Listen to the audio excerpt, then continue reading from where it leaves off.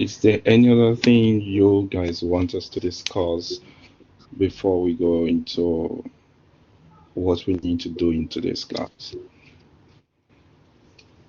Nothing from my side. All right. I'm good now. Okay. Yeah, I'm good too. That's fine. Okay, thank you. Before this, I would actually like us to go through the subject guide together.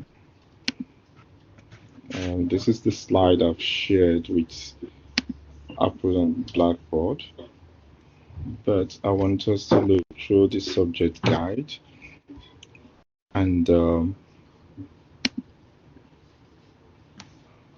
yeah, I'm going to be sharing this subject guide. Yeah. Oh, it's document. It doesn't want to share. Okay, we can do that after the class so that we don't waste too much of our time. I've actually taken about 30 minutes of our time. So like I said, my name is Dr. Babalola, and my office is at the new engineering building. That's second floor to room 208. If you need anything, you can actually send me email or you can send me WhatsApp messages. I do respond to my WhatsApp messages. And I will, okay, I would like us to possibly make a group so that we can communicate effectively on the group without having to come to Blackboard.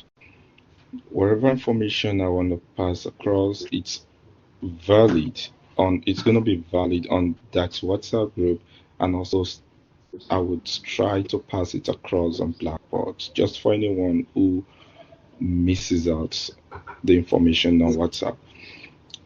Is everybody comfortable with having that WhatsApp group? I'm good. I'm good with that also. Yeah. Before we continue, could we possibly record the session? Just in case my internet cuts out. Yes, this session is currently being recorded. So recording is in progress. Okay. Okay.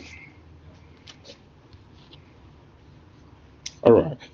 And that being said, we are going to be looking at the following. Can you all see my slide? Yes. Yes. Okay, perfect. Thank you. So this is all we're going to be looking at except for number 7, which is the relevant literature. But we're going to be studying all of the other 6 items in this table of contents. And the first is going to be understanding the space environment. Except for Nisha, right? Nita, who says she's not working. The other two mentioned they are working in the space industry. So I would assume that you guys know what the space environment is, except for Nisha. Sorry, sir. I don't work in the space industry. I work in radio astronomy. Oh, radio astronomy. Okay. Yeah. I'm also linked to a company that works in the space industry at the moment. So I'm doing my master's with them. Perfect. And Dale seems to be in the same industry space. So I'm not going to be making too much assumption. I'm just going to go stepwise. If you don't understand anything, please feel free to call me back and let me know if my pace is too fast or too slow. Okay. So the first thing is going to be understanding the space environment. This should be something all of us we should be familiar with this, but we're going to do a quick revision about it. We'll be looking at some formulas. We'll then be looking at some applications. All right. Then we'll go to study satellite altitude. And then we look at mechanical load. Someone mentioned this from the mechanical, or she's from the mechanical engineering department, right? Is that correct? Sorry, what did you say? Are you still there, everyone? Who is from mechanical? I have a mechanical background. Perfect. So I just wanted to be sure because number 3 on the item is going to be dealing with mechanical load. Then we would be looking at reliability and failure modes and the effects. That's FMEA analysis. I do a lot of analysis, so I might dwell a bit much more on this part. Then we would also be looking at fault detection, isolation, and recovery. Suppose we have enough time, I would actually like a situation where we use machine learning for fault detection. An example of that is using ED Markov model for fault detection, and maybe classification. If you go on my Google Scholar, you see I've got some articles in that area. And then the sixth thing we'll be looking at is software mission safety. Very important. So this is all we'll be doing in our classes. And now quickly want us to look at understanding the space environment. Can you guys tell me what you understand by the space environment?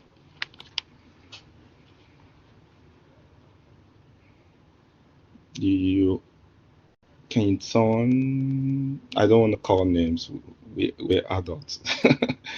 So can Okay, someone tell me what is the space environment?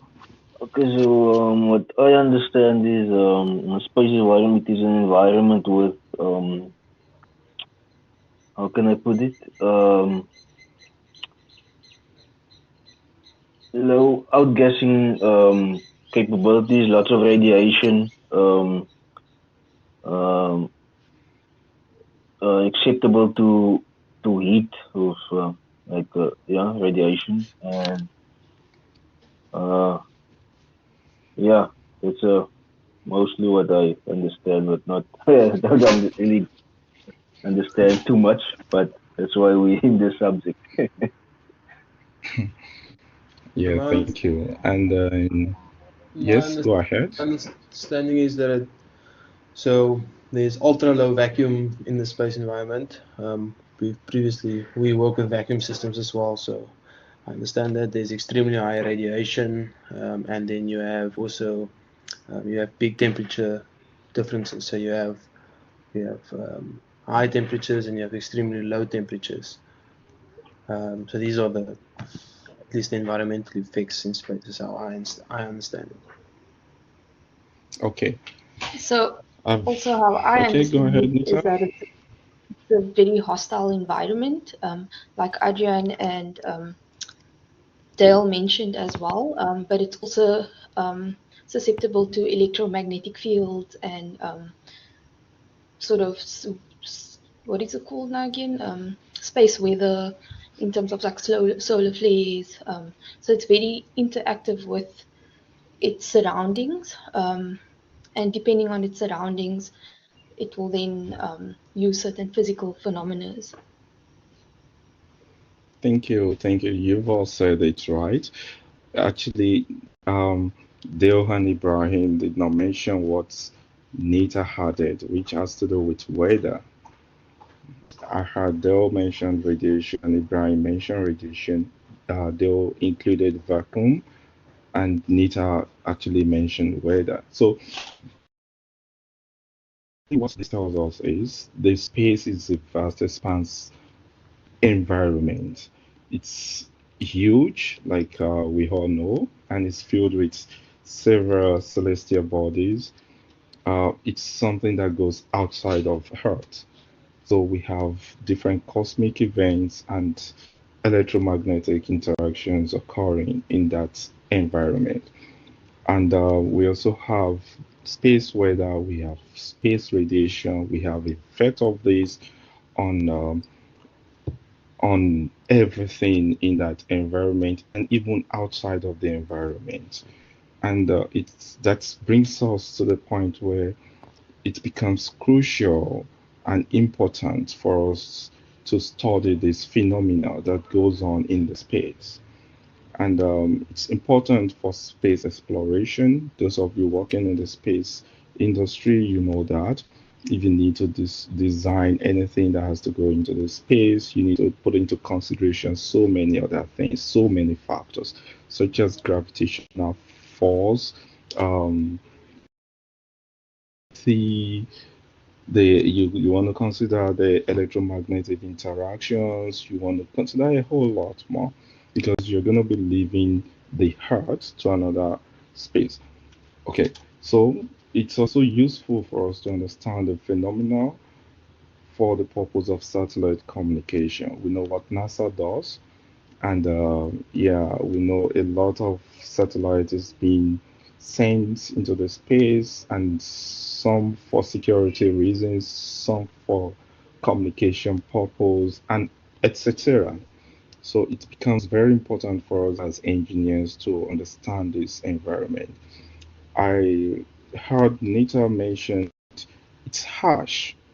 Well, I will not use the word harsh. It's just an expanse. It's somewhere that is filled with so many things. Okay. Some are not favorable, some are favorable, and that's why we're doing research into the space.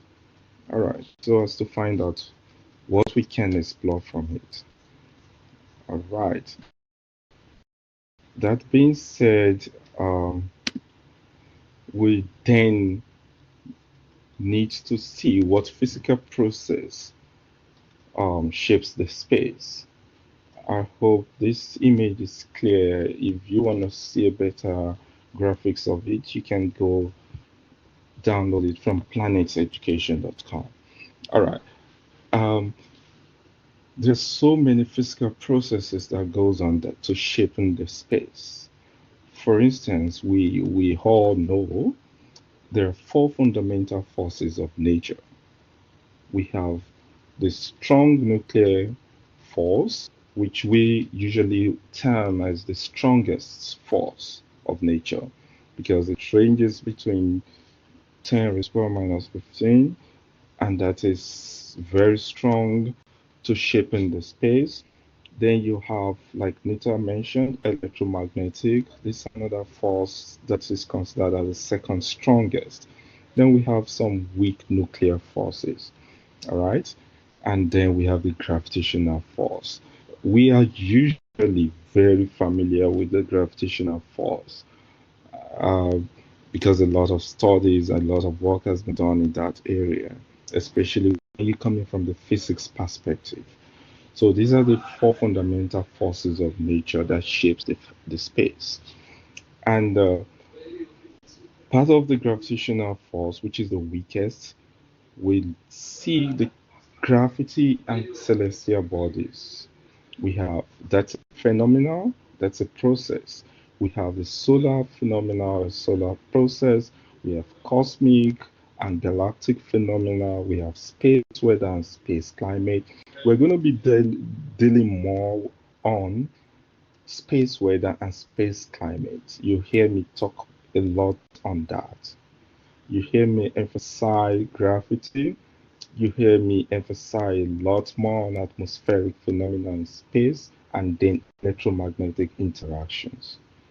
Okay, all of this physical process is important to shape the space, but I'm going to be emphasizing more on some areas, and I would tell you where to focus on. It's very huge to deal or to study the space environment, but we need to pick some key areas which we want to dwell on. And I'm going to start with the gravity. That's gravity and celestial bodies. I wanna believe that we know what gravity is, and that any object with mass in proximity close to another mass would always experience gravity. Okay. Um, like we know, there are so many gravitational field strength, but the one which we are familiar with, it's the one with 9.8, and which is what? What do you call that? 9.8 meters per second square. Can someone tell me what do we call that gravitational field?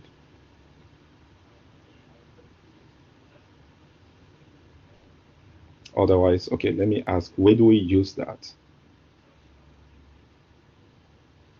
That's Earth's gravitational field. That's yeah, I know. But that's the one we're familiar with.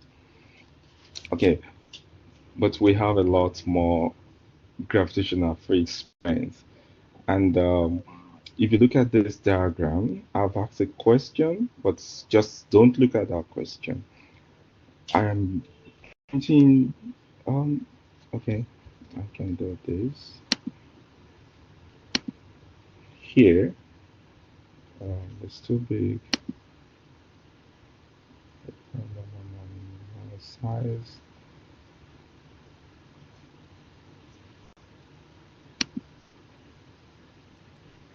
Yeah. Excuse me, but if I remember correctly, isn't it the 9.8? Isn't it the acceleration constant? Oh yeah, that is correct. So we use that in Newton's law, basically. Yes. That's what I was asking. Yeah. So let's look at this diagram, and I want to point to each of them. But before then, I need to reduce my circle. Yeah, I got it. Here we go. This is what I was looking for. I want to reduce the points. Okay. So I'm here.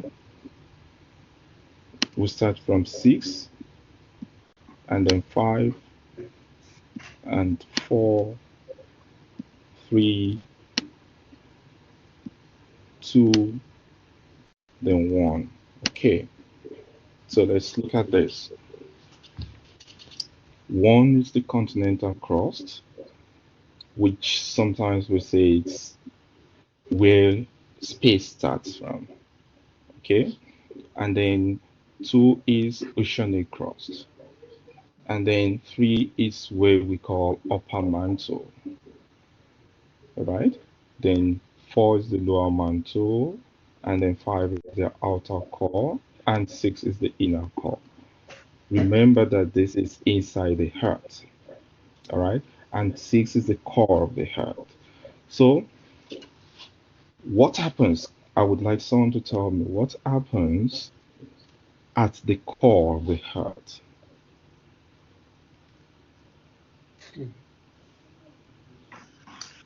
Um, What type of gravitational field do we expect there?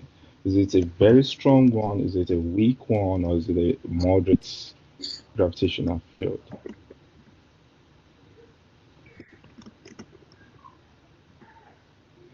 Yes, go Um, on, Ibrahim. Are you trying to say something? well, if I take from what's on the image, if I interpret it, so I would think it at the core, it's the gravitational force is zero. It's 0. That's fine. And so in that case, what happens to our mass? The mass on any object in that at that point. Hmm. Well,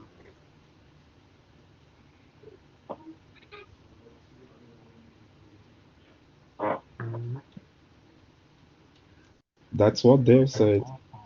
Do we agree that the gravitational force at that point is 0? yes. Okay. If you agree, so what happens to your mass? I actually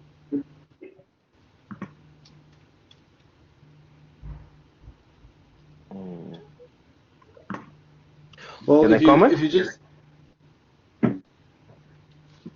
bear with me, bro. Yes, Um, go ahead. It's a master's class. I want everyone to think.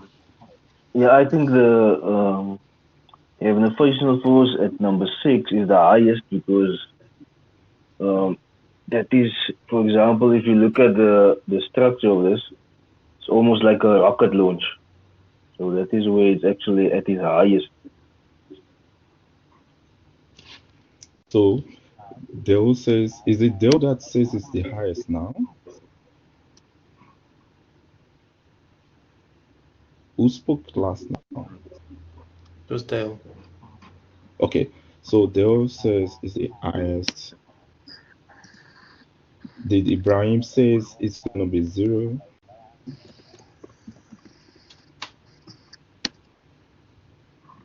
Did you say it's gonna be 0, Ibrahim? Yes, I did. Okay, and Nita has nothing to say about it. All right, let's look at it. Well, Yes, Nita, go yes. ahead. I also think it's the highest because it's the most dense part of the whole diagram at this point in time. The core is the most dense part, so I think it would have the highest gravitational field as well.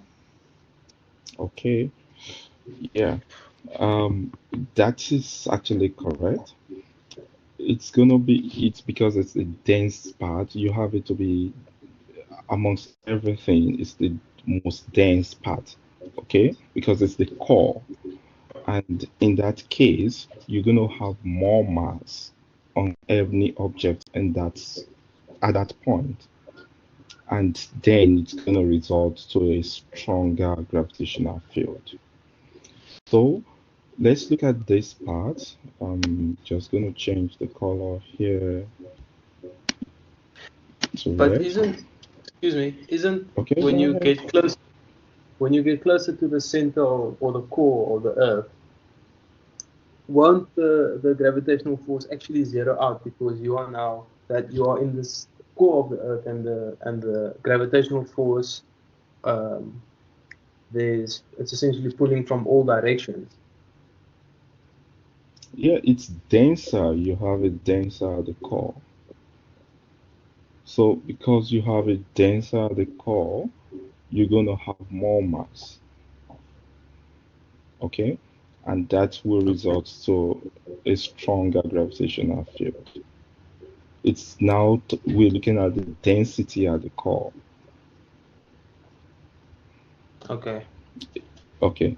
So the more you go away from the core, the less dense it becomes. All right. And that brings me to this part, which I'm not that one. I want to do something else. Brings me to this part. Thought I'll change the color from. Okay, sorry. I'm changing a different thing. All right. Brings me to this point. All right. At this point now, we've moved away from the core and we are the edge, let's say, here on B. We call that the core mantle boundary. We are the boundary. So because we are the boundary, it becomes less denser and then your gravitational field reduces. And we have not calculated what it is at 6, all right? So, but what I'm saying is at 6, it is actually higher than 10.7. Maybe I can leave that to you as an assignment and tell me what it is here. But now going to the boundary, you see we're going to be having 10.7. As we go away from the core, now we're on, let's go to A here. This point is usually where we all talk about here. And that's when we want to assume we're going out into the space. All right. And at this here at D, you can see it has reduced to 8.5. This tells us as engineers what we need to put into consideration when we design spacecraft and explore into the space. All right. So just telling you, as part of our work, we need to understand what happens in space.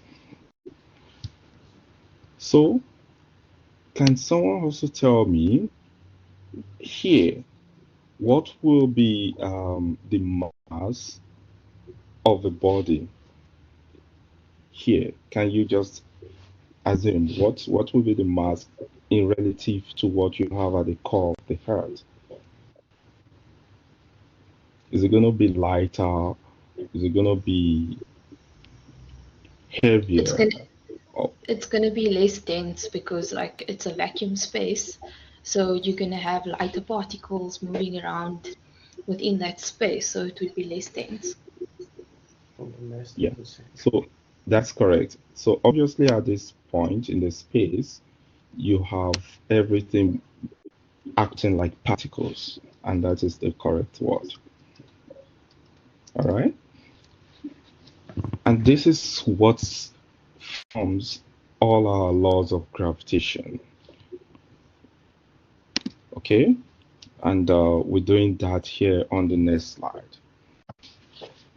We're all familiar with Newton's law of universal gravitation, and that is the equation which we have. M1 is the mass of an object, M2 is the mass of another object. M1 can be the mass of the Earth, M2 can be the mass of another object in the space or any other body outside of the Earth. And then R, which is usually the distance between the centers. Please take note. I know you are not undergraduate students, but sometimes we make this mistake. It's the distance between the center. Okay, so suppose you have this object, and then you have this object. You want to calculate the radius. What will your radius be? And this is the center of this object, okay? And this is the center of the second object. So you have your radius to be the distance between the centers of the two objects. I've taught some students that will tell me why calculating their R maybe I've given them some questions in engineering and mathematics. They want to calculate their radius from the circumference. And please note, I may not be giving questions that directly gives you your radius from the center of an object. I might give a question that has to do with the diameter. Suppose you are given the diameter of this object, and we assume it's spherical or circular in form. What will be your radius?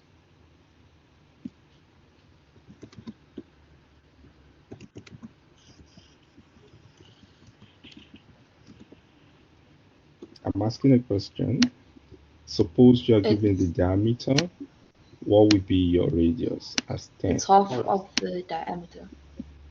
Thank you. So this is just a refreshing class. It's going to be half of the, it's d over 2. All right. Okay, so I'm just telling you, questions will not come directly. It might be from applications. It might be from any, but you need to just think, and you should be able to have it correctly.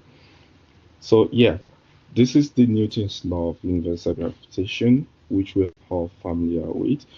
I'm going to be having questions from here, basically just testing our skills and using our formulas. That's it. All right. Is there any question before we go on? Any questions so far? Nothing on my I'm side. good. Okay.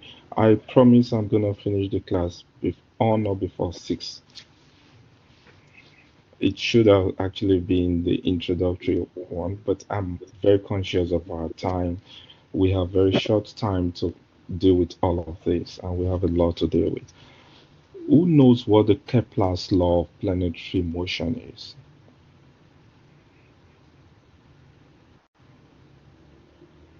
Has anyone heard about this? Kepler's law. No. We have sort of covered it in SMAD a bit, just the law itself, but we haven't really covered the mathematical part of it. Okay, so you know what the law says, right? Basically, when you have planetary motion, of course, you know, um, how does the Earth revolve? Can someone tell me? Dale, your mic is on. Can you tell me how does the Earth revolve? Um, no, actually, was gonna say something, but then I forgot. Um, Say it. yeah, yeah, I used to do this, but it was back 7 years ago, so I can't really remember. But, Can someone remember and tell us how the world revolves? Can you just? I'm not understanding the question completely. Around the sun, around So, the moon. um, I ask confusing questions, so I just want people to follow. well, I know that all planets move around the sun in elliptical orbits. I don't know if that's what you're looking I can hear you. You're fading away. for. So, can you hear me? Yes, it's fine now. So, I know all the planets move around the sun in elliptical orbits, Yeah. and those elliptical orbits are usually what's the correct? Yeah. So that's it, and that's what I was asking. Okay. So all the planets actually revolve around the sun. Okay. And Kepler is one of those guys that actually dealt a lot around planetary motion. There's an article which I've put up, which I want every one of you to actually go through that article. Let me give the name specifically. Just give me a minute. Let me see what that article is. Very interesting. I read it for the first time some months ago, and I found it interesting. It's a lot of pages, but yeah, at your free time, you should actually read through, and you see some stories before the war. I mean, before science, how do people think? How do you think about the world? How do you think about orbits and motion, planetary motion, and all of that? So it's physics of the earth space and introduction. I've put the soft copy on Blackboard, so you can download it and read through it. Okay, so Kepler came up with these laws. The first law is the law of orbits, and that states that each planet moves in an elliptical orbit with the sun at one of the foci. So basically, it's all of the planets revolve around the sun. All right, and then there's the law of areas. That's Kepler actually came up with that. Before Kepler, there had been so many theories about the planets revolve and all of that. But yeah, Kepler was the one that came up with this law of orbit. And the other law is the law of area, which says the line segment joining a planet and the sun sweeps out equal areas during equal intervals of time. Basically, what it says is the area between a planet and the sun is actually constant. All right, so that is what it's saying. And then the third is the law of periods, which has to do with the square of the orbital period of a planet is directly proportional to the cube of. These are just formulas, okay? So I'm not sure if we're going to have time to actually deal with a lot of calculations. I don't want us to do that, but that's one of my area of strength. So if you see me coming up with formulas and then solving equations, it's just my area of interest and strength. But I'm going to put up the necessary ones for this class, and I'll just bore you with all of the equations. All right. So we go into the next slide, which has to do with orbit and Kepler's equation.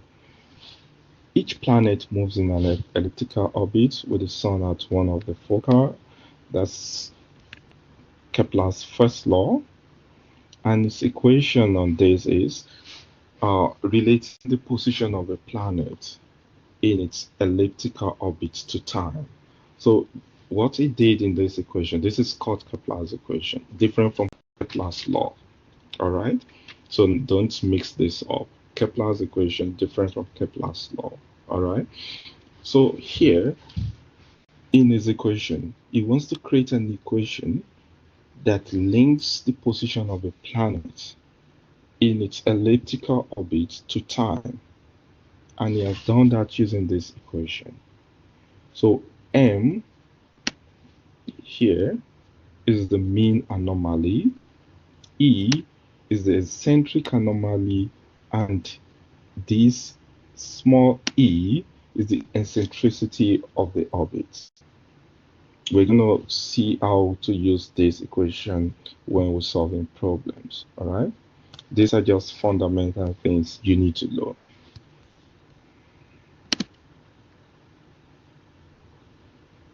Any question from that? Nothing from my side. Ibrahim? Just on in eccentricity. So I'm just trying. Last time I did these things was in 2021, so it's a lot of stuff I need to go read up and refresh. But that's to do with the flatness of a orbit, if I'm not mistaken. 2021, did you say? Sorry, I did these things more than 2 years ago last, so I need to refresh a bit. But with Kepler's equation, so the eccentricity of an orbit, is that I remember something like that's the flatness of an orbit. What is that exactly? Okay. Oh, it's just that something is not placed centrally. All right. It's Okay. not placed at the center, or you can say not. You don't have the axis or other part placed at the center. So you have it revolving around the sun, but when you want to look at it in relation to the sun or other planets, suppose you're considering a body. I permit my word. I might be using body or planets simultaneously. All right. So suppose you're looking at a body in relative to another body or in relative to the sun. It's not as if you're looking at it at the center. Okay. So that's what it means. Okay. Sorry, Thank you. does it not also mean how elliptic your well, your elliptical orbit is, the eccentricity of it. Just explain more on that.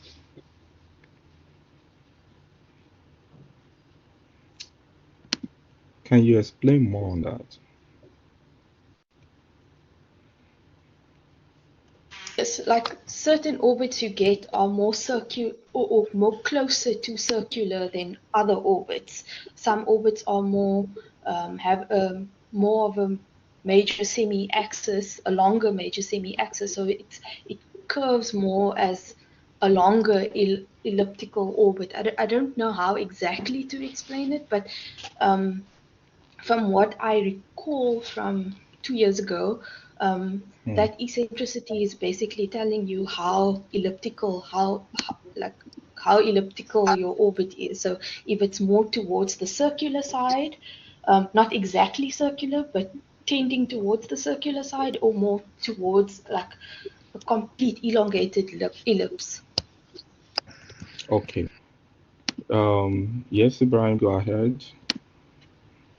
I'm gonna make comments on all of that. So go ahead, Ibrahim. You want to say anything?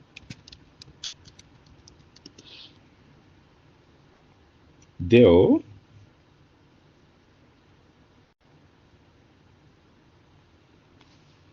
Okay. Let's look at the Kepler's equation. And we are saying this equation relates the position, okay, of a planet. And we have assumed that this planet is in elliptical orbit in relation to time. So if you're talking about the way it's elliptical, like Ibrahim was saying, is a flat. You're mentioning about the ellipse shape. Some say it's circular. All of this. I'm not going to outrightly say that is not correct. Okay. But what Kepler is interested in is actually the position of a planet in relation to time. And that is why we're calculating anomalies. All right. And then E is the eccentricity, which makes Nita correct to say, okay, this is, we're looking at an ellipse shape. Okay. So that makes you correct on that side. But here, what the equation is actually dealing with is with the anomaly. And you know what an anomaly is, like the difference, the error. Okay. Is that okay? Is it Yes. fine? Yes. Nita, Yes. that yes is a bit silent.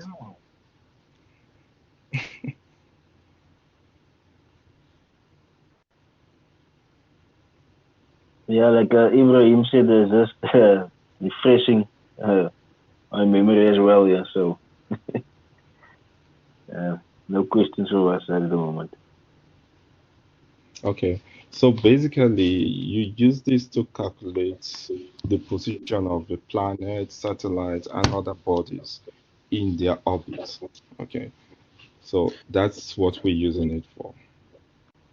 Sorry, doctor. I think next week after we have a time to go refresh everything, we'll ask you a bit more questions. Questions? Okay, that's fine. I'm always going to be putting out this slide before our class. Okay. So Noted. you can always go through the slide, read through the slide, and then let's have discussions during classes. That will be appreciated. All right. Dale, Yeah. I see your mic Oh, is on. Okay. Now we move to tidal forces and their impact. Tidal forces are also gravitational forces, and these arise due to the gravitational attraction between two celestial bodies. For instance, you have the planet Earth and you have a moon, okay? There's usually going to be gravitational attraction between these two bodies. If okay, maybe it's too early to ask you guys questions, but the question I would want to put to you is, suppose you have the Earth. Let me draw that. Suppose you have, say this is the moon and this is the Earth, and then there's a force, and there's another force. Let me erase this and move it a bit further. Okay, so you have the Earth. I love it to be green. Okay, say this is the Earth, and you have another force from the Earth. What happens? My question is this. Let's think about it. What happens if these two get close to each other? If they move closer to each other, what happens to this force?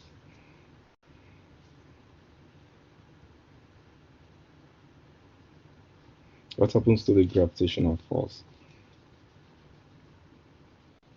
I think depending on the speed, which one is faster, the gravitational force on that one coming from that side would be higher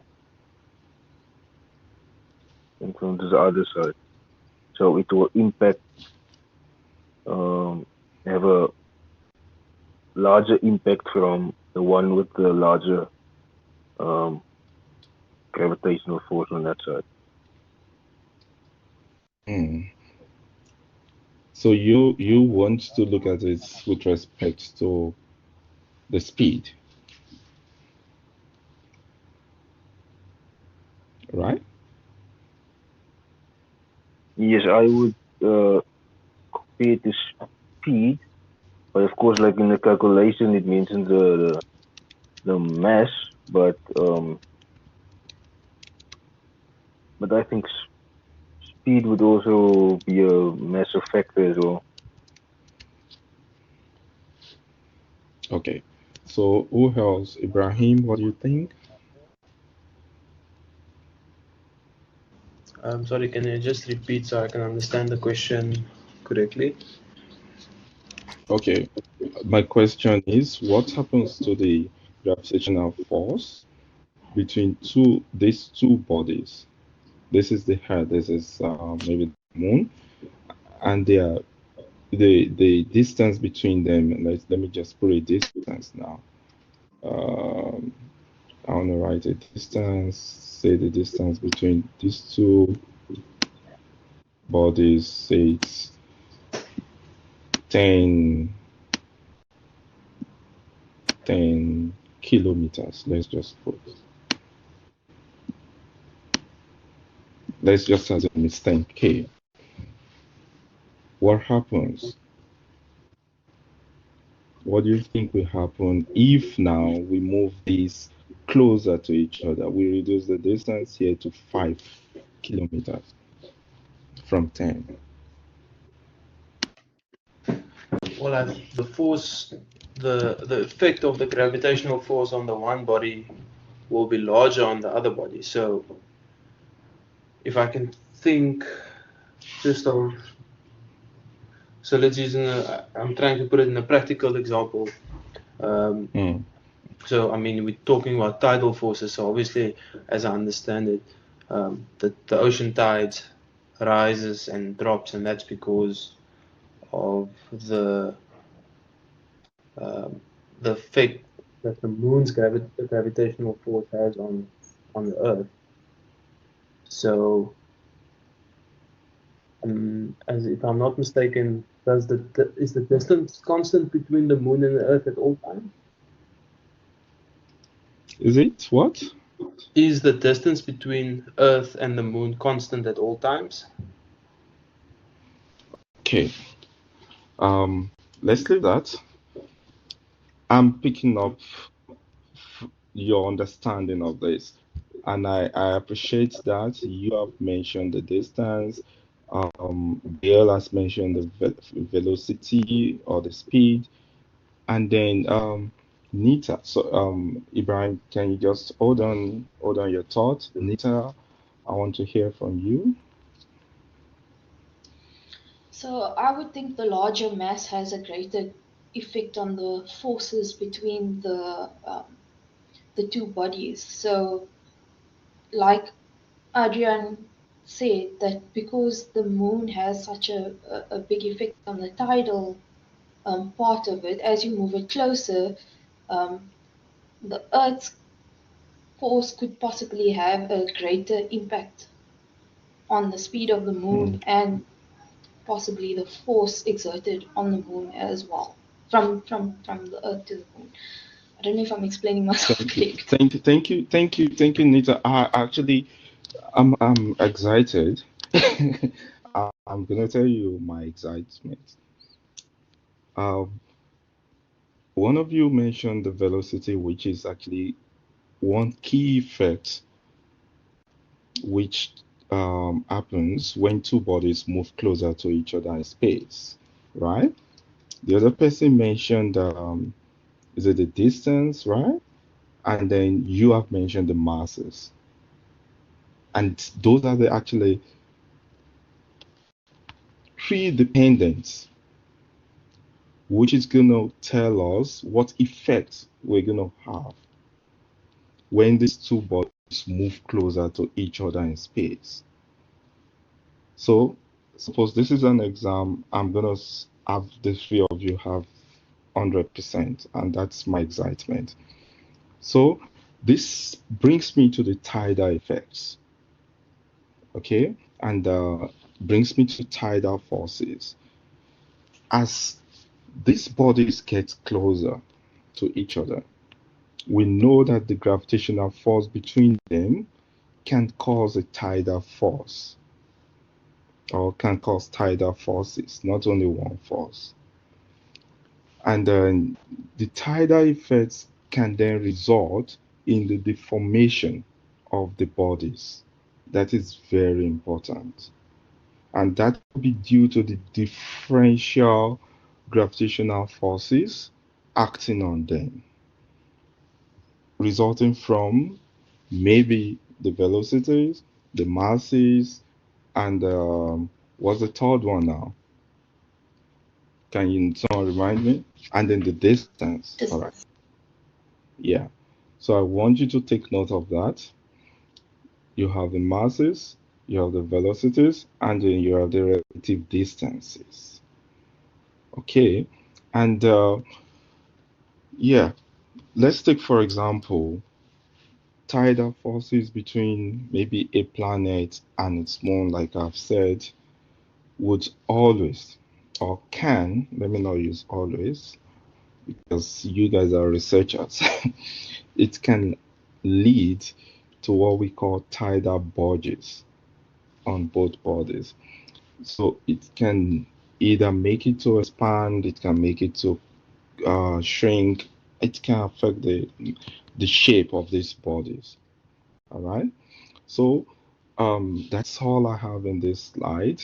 I'm saying that these tidal forces can cause the deformation of the celestial bodies, like the Earth and all of that, leading to tides in the oceans. That's why we have tides in ocean. I think someone mentioned that, and other bodies of water. You understand it? Yes. Yes. Okay. And then we have this tidal force equation. The tidal force on an object, we can always calculate it using the formula as I have here. If you look at this formula, we still have our gravitational force, that's G. We have uh, the first mass, which is on one body, it could be the Earth, the second mass, which could be the mass of the moon, which is another body. I'm just using those as examples. We have the big R. In this case, you need to observe two R's.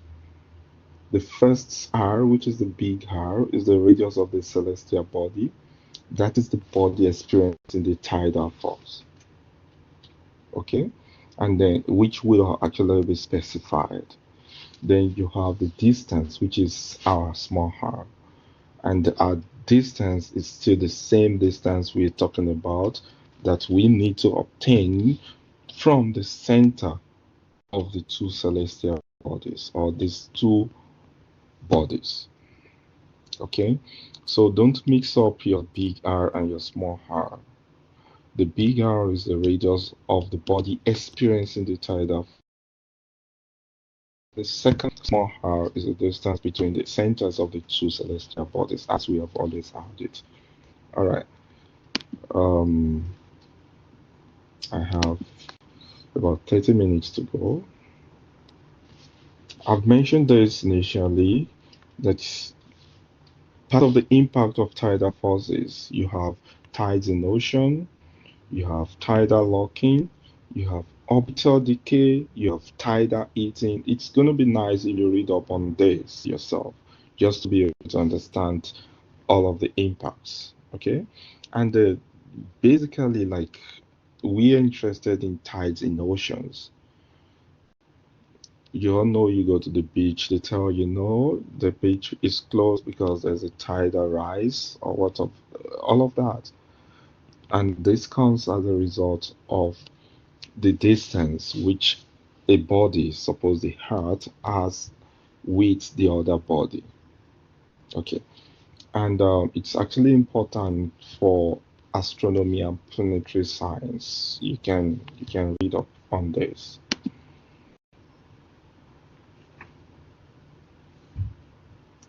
Here we have the gravitational waves and how they're detected. In my simple term, I've explained gravitational waves as ripples in the fabric of space-time, and this is caused by the acceleration of massive objects, such as colliding black holes or neutron stars. Does anyone know about the black? I'm sure you guys are engineers. You know what the black holes are.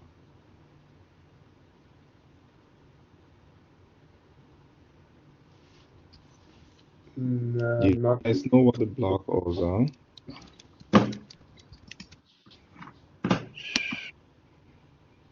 Does anyone knows what the black hole is? Um, just gonna have a go. I think it is actually what a documentary about this few weeks ago, but now I just can't remember. Oh, you All I watch know is that documentaries I about it. Okay. yeah, I think it is a it's what's the name? It's a certain word I'm looking for. No, I can't actually come to that word now. Okay. It's good you watch documentary about it. I actually will be sharing some YouTube videos at some point so that you guys would watch and then you see what I'm talking about in the like in real sense. Yes, someone else wants to tell me what black holes are. Yeah, so black holes are where gravity is extremely strong that light cannot escape. So, say for example, you have a dying star and it's squeezed into a tiny space, and basically the gravity is so strong that no light can escape. That's why time and space are completely opposite to what we know it to be in our universe.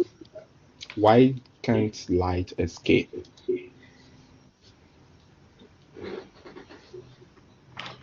I Why think it's can't light escape from them?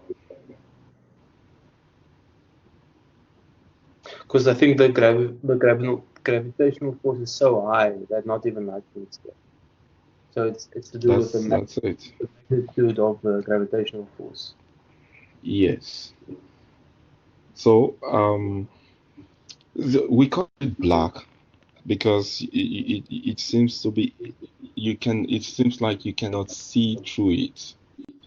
Okay, it's like the core, and then you cannot actually see through it with your telescope or whatever thing you're using to look through, and then it's called black.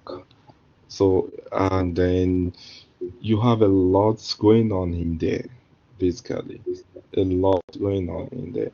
But if Dale is it Dale Ibrahim that said they watched the video, if you still or the documentary, if you have that documentary on YouTube, you can actually share with us and let everybody have a look at it as well. It's an interesting thing to phenomenal to observe and to look at. Okay, or you can look up that on YouTube and you see how it looks like. So the scientific part of it comes from Albert Einstein in 1960. And there he was actually trying to come up with something that has to do with the theory of relativity. Has anybody come across the theory of relativity? No, not me. I have Anyone? heard of the theory of relativity, but not really practice it. I think this is where you use entangled photons and figure out how to work with entangled photons and particles on a micro scale. Okay. And then you actually have Einstein walking around this in the was it in the early 19s, and then he at the point he had to extend that principle of relativity to include gravity. So at that point he was trying to describe gravity in a different way, not as a force like we all know. It's simply telling you about something which may occur in relation to another. Like we may not be. Basically, it may not be the ideal. That's the word. That's the word I was looking for. So what it means is there might not be an ideal, and this has actually given given birth to a different and diverse understanding of our space, of the space and our universe and the forms and all of that when you're um, dealing with this in physics. Okay, but in this study in our class, we just need to know that this was first predicted by Albert Einstein, and it can be calculated. It can be detected and can be calculated. So the point of interest is our gravitational waves would always travel at the speed of light. And while it travels at that speed of light, it carries energy away from their sources. So if you have the gravitational waves going in a direction, you have energy being taken away from the source. Away. I mean, please take note of that word. It goes away. So in your equation or in your calculation, basically, if you're given some to say it travels in I'm trying to form an example of an but yeah, basically I cannot. But basically what you should put on mind and take note of is there's a direction. Okay? There's a direction which you need to put into consideration when you're calculating your gravitational wave travel. And that's what I wanted to emphasize. You have this equation, we're going to play around it if time permits us. But if otherwise, you can actually lay on some questions yourself and calculate strain tensor, which usually will represent the gravitational wave at a specific time. Okay, so we calculate it with respect to a specific time, and then we also would consider the position at that time. Please take note of those two. It's with respect to a time and the position at that time. All right. So those are the important things I wanted to I need to emphasize in this slide. Am I going too slow for you guys? No, it's fine. No, it's good. Okay, Nita. No, this is perfectly fine. Thank you. If I'm going too slow, if there's concepts you familiar with, just tell me so we move faster. And here we have some detection methods for gravitational wave. We can use interferometry, and has anybody heard about this? Some of these detection methods? No. So Okay. No. I've heard about work that they do using the Meerkat radio telescope that I work on to detect pulsars, but the science behind it, I've never actually gone into detail. We are more focused on the engineering side of it, but I know they, for example, use the Meerkat radio telescope for pulsar science. Okay. Does anyone know what the SKA project is? Yeah, so I specifically work on the SKA project. Amazing. We build the radio receivers for the telescope, and we designed the dish. The optical. So you've never come across LISA? LISA, That's the no, laser interferometer space antenna. no. Okay. Where's that? It's Is a that? detector actually. Mm-mm. Okay. That's fine. You guys can read up on this. I'm not gonna ask questions from here. But it's important that you read up on this because these are ways you measure the gravitational waves. All right. And then if you're working on SKA projects, you're gonna be using some of these detectors, and because you must be able to align your antennas in a way where you can receive signals from different directions. So this you can read up on, and I'm sure it's gonna be helpful. All right. Will do. This is another phenomenon, but I would suggest that we end today's class. Nita, do you now have power? Sorry? Do you now have power? Do you still have No, my load power shed? goes back on at opposite. Okay, so perfect. Should we go on with the class, or can we just end it here and continue next week, Tuesday? My recommendation would be that we continue next week. It gives us time to actually go read through your slides and just refresh, because now we have an understanding of what the course will be about, and we can go do some reading, and then I think the next session would be more interactive, and we can actually, yeah, that's my opinion. Okay, I'm does in everyone agreement agree with to that? Dale?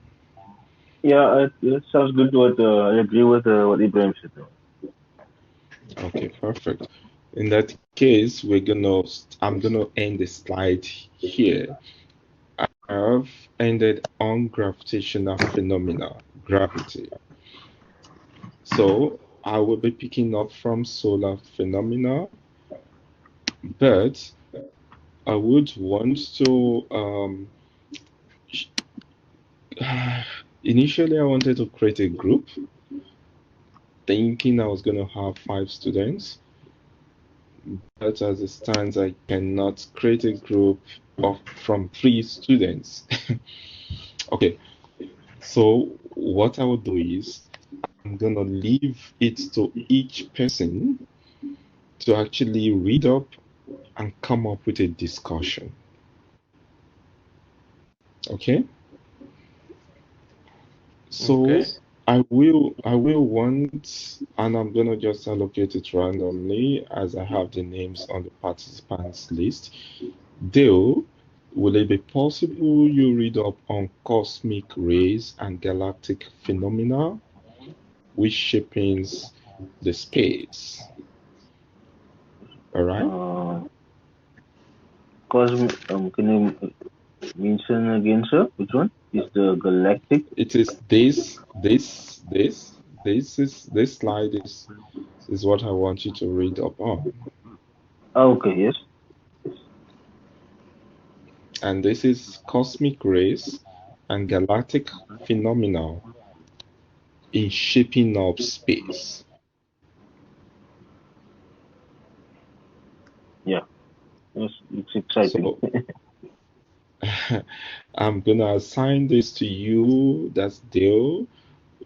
I'm gonna change this from group A and make sure it's Dale Oka's name that shows. Let me just take note of this.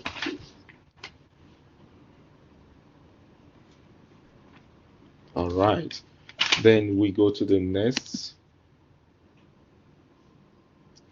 I would want Ibrahim to read up on atmospheric phenomena in space and discuss. No problem. Okay. And then not because Nita is the lady here, but because her name appears last in the participants list. So that's why I would want Nita to discuss electromagnetic interactions. Perfect. Okay, so it is Nita electromagnetic interactions. Don't worry about space weather. It is Ibrahim atmospheric phenomena, and then Dell cosmic rays and galactic phenomena. Okay, Yep. so each person should try. Okay, the first person to discuss is gonna be Dale. All right. Okay. When will you like to discuss that? Will you be comfortable doing that in the next class or in the upper one? Sorry, can you repeat that? When will you want to do your discussion? Oh, no, we can do it on Tuesday. Tuesday. Great. Mm. Okay. Then Ibrahim will be doing his the following week,